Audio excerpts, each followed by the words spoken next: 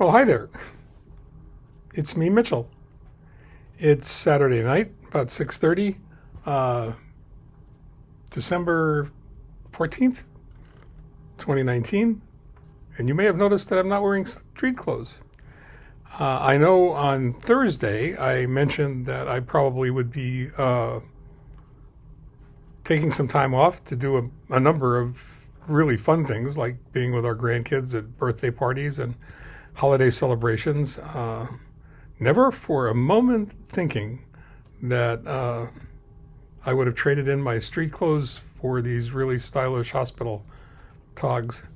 But that's what happened. Friday morning, I wound up with a high fever for somebody with a bone marrow transplant, 101.3.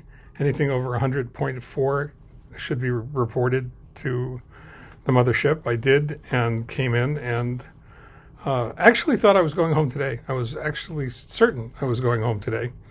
I was so certain I was going home today, I didn't. And which you might think would be fraught with disappointment, but I'll get to that in a minute. The doctors have been very, very careful because I'm 256 days post-transplant, journal number 249. And they wanted to be as cautious as they possibly can. And naturally, that resulted in staying in the hospital overnight and then staying in the hospital again because we don't have all the cultures back. It's going to be a short post, frankly, because I'm tired. It's not been a difficult couple of days.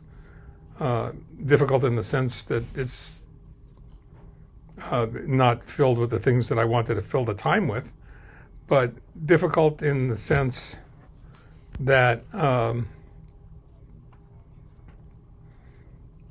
there's not a lot to do in here. It just isn't. And it's difficult on everybody else. It's difficult on Leslie. It's difficult on the kids. It's difficult on the grandkids. We were supposed to be with our son and daughter-in-law and our granddaughter at her holiday celebration. We were supposed to be with our daughter and son-in-law and our grandkids at Sadie's 6th birthday party this afternoon. And we're supposed to be with them again tomorrow, and we won't be able to because discharge is probably going to occur later in the afternoon, somewhere after I see the doc. And that should be around, if today was any indication, 12:30 or 1 o'clock, 1:30, somewhere in the afternoon. But I'm doing the blog for a specific reason. First of all, everything points to the fact that I'm going to be okay. So for those of you who see this who didn't know that I was back in the hospital, because it only happened yesterday afternoon, and it's not the kind of thing you broadcast. Well, maybe it is the kind of thing you broadcast because that's what I'm doing right now, I suppose. Don't fret, don't worry. Everything is, I couldn't be in better. There's no place on the planet that I could be in better hands than I am right now. Getting better treatment, getting better care, getting better nursing care, or having somebody come up with a regimen that makes more sense for somebody in my situation. So this is the perfect place for me to be, to get better and get out of here and continue on with my recovery. I'm writing the post because I think it's important to recognize that life is filled with choices, and I've decided that some of the choices that I make, certainly around choices that I've made about primary myelofibrosis and my diagnosis, my treatment, the way I've handled it, so from the point of being of having it discovered and starting treatment, I've made the choice to be hopeful and grateful and resilient. And I don't know any other way to do it. It's not because I'm a genius and I figured this out all on my own. I'm just too stupid to know any other way to do it. I need to understand where I am, where I'm going, how I'm going to get there, and the best way I can get there is through an attitude of gratitude, and a certain amount of that gratitude has to do with the situation regardless of what it is. I'm not frustrated. I'm not upset. I'm not angry. I'm not disappointed. I'm not any of those things.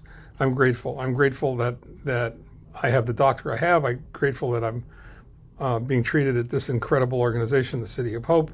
I'm so thankful that we have the nurses here that we have. I'm in what they call the evaluation treatment center. The evaluation treatment center is the equivalent, as I've mentioned before, of a triage center for patients that are being treated at the City of Hope. It's not an emergency room. It's not open to the public. You come in, they figure out what's wrong with you, they decide whether or not you need a hospital bed, and then you wait until you can get a hospital bed because there's no room at the end. The hospital is filled to capacity, and the ETC has got 12 beds in it, and generally speaking, they're filled to capacity. So it's an interesting place to be. So hopefully I'll be home tomorrow afternoon. I'm pretty certain that that's the way things are going to work out. I'll continue taking care of myself, making sure everything's okay. It'd probably be unreasonable to think that you could get through 240 days, 8 months without getting a sniffle or a cough or something like that that you have to deal with. And when you're in a situation like I am with no immune system, that's dangerous. Bad things happen really quickly. And in this case, I was having breakfast with a dear friend on Friday morning, and all of a sudden I started to shiver and shake and recognized there was something going on.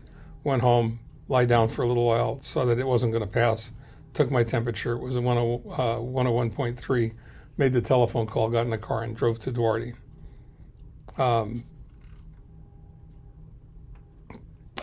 But it's being handled. Things are good. I'm going to be okay, I think. And I'll give you bulletins as they break. In the meantime, stay well, take care. As you can see, this is not the most stylish outfit you can wear. So if you can, stay away from it. Ta-ta. That's it for now.